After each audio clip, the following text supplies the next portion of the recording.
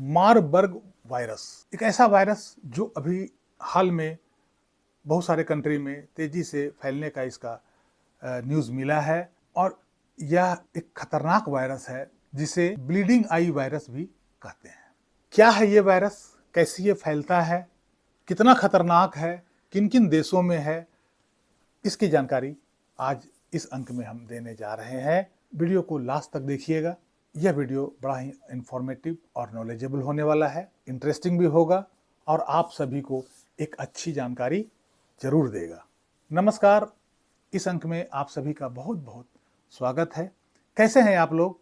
मैं उम्मीद करता हूं कि आप लोग बहुत अच्छे होंगे। अफ्रीका में एक देश है रवांडा, जहां ये मारबर्ग वायरस का प्रकोप तेजी से फैल रहा है। वहाँ के लोग बुरी तरह से इससे प्रभावित हो रहे हैं और झेल रहे हैं। अभी कुछ महीने पहले सितंबर में भी यह प्रकोप वहाँ पे तेजी से फैला था, बीच में कुछ हल्का हुआ और अभी यह दोबारा से फिर से ये वहाँ पे फैलने लगा है। अफ्रीका में ये रवांडा के अलावा तंजानिया और घाना ऐसे देशों में भी इसका फैलाव थोड़ा बहुत वहाँ भी देखा गया है। कुछ लोग वहाँ भी इस वायरस से प्रभावित मिले हैं। आखिर यह वायरस जो है इतना चिंताजनक क्यों है और WHO ने इतना इस पे चिंता क्यों जताई है? आखिर इससे इतना बड़ा चिंता का क्या कारण है, इस बारे में हम जानेंगे। वैसे तो लाखों हजारों लाखों वायरस जो है किसी न किसी देश में कुछ न कुछ तरीके से वो फैलता रहता है और आता रहता है और जाता रहता है, लेकिन इस वायरस में क्या ऐसी बात है जिसके कारण ये WHO के लिए यह इतना अलार्मिंग हो गया है? इसके दो कारण हैं। नंबर 1 कि इसमें मृत्यु दर जो है वो 24 से लेकर के 88% तक का है।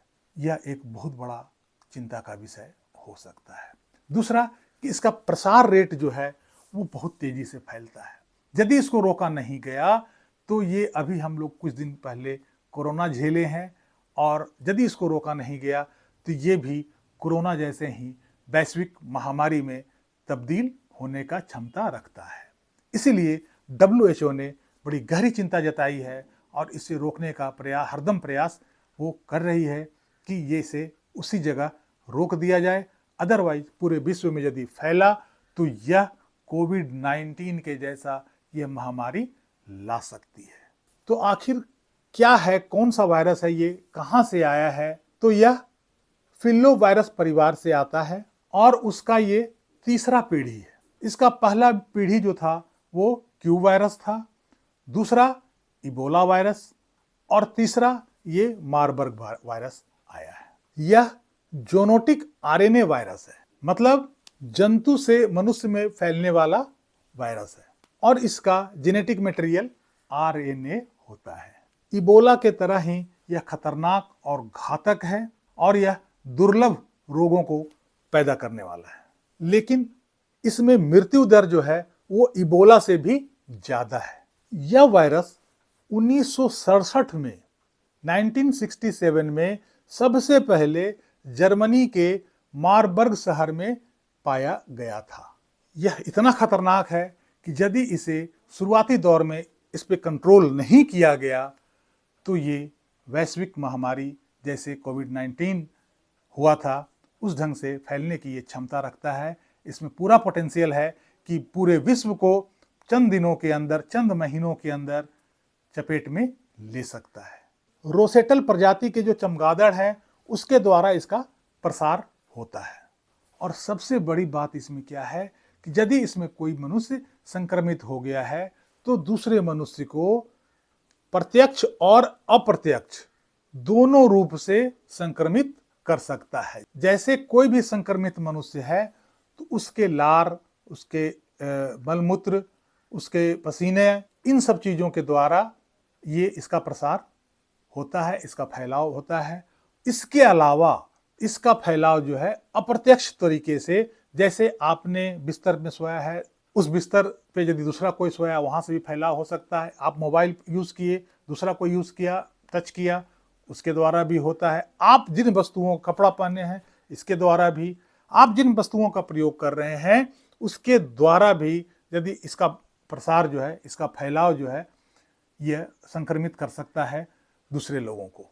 अब लक्षण जान लेते हैं इसमें क्या होता है। आमतौर पर इसमें 2 दिन से 21 दिन में लग जाता है इसका लक्षण प्रकट होने में। मतलब संक्रमित यदि आज हुए हैं तो लक्षण प्रकट होने में हो सकता है कि अगला 2 दिन में भी लक्षण प्रकट हो जाए और 21 दिन भी हो सकता है कि लक्षण प्रकट होने में लग जाए। तेज बुखार, गंभीर सिर दर्द, मांसपेशियों में दर्द, पेट दर्द, दस्त, उल्टी, और दस्त और उल्टी में रक्त का स्राव होना इसका लक्षण है। प्रभावित अंग जो रहता है आंख, नाक और मसूड़ा, और यही रक्त स्राव के कारण ही इसे ब्लीडिंग आई डिजीज भी कहते हैं। और इतना जान लें कि अभी तक इसका ना तो कोई दवा बना है, ना ही इसका कोई वैक्सीन है। तो आज के समय में केवल और केवल सावधानी ही इसका बचाव है। तो हम लोग सावधान रहें, और ऐसे जहाँ भी कुछ ऐसे किसी का लक्षण दिखे तो वहाँ हमें सावधान होना चाहिए, वहाँ हमें सतर्क रहना चाहिए और ऐसे व्यक्तियों से थोड़ा सा दूरी बना के रखना चाहिए। तो कैसी लगी ये जानकारी कमेंट बॉक्स में ज़रूर लिखिएगा, वीडियो को लाइक कीजिएगा, चैनल को सब्सक्राइब कीजिएगा। मिलते हैं कुछ नए जानकारी के साथ अगले अंक में। तब तक के लिए जय हिंद, वंदे मातरम।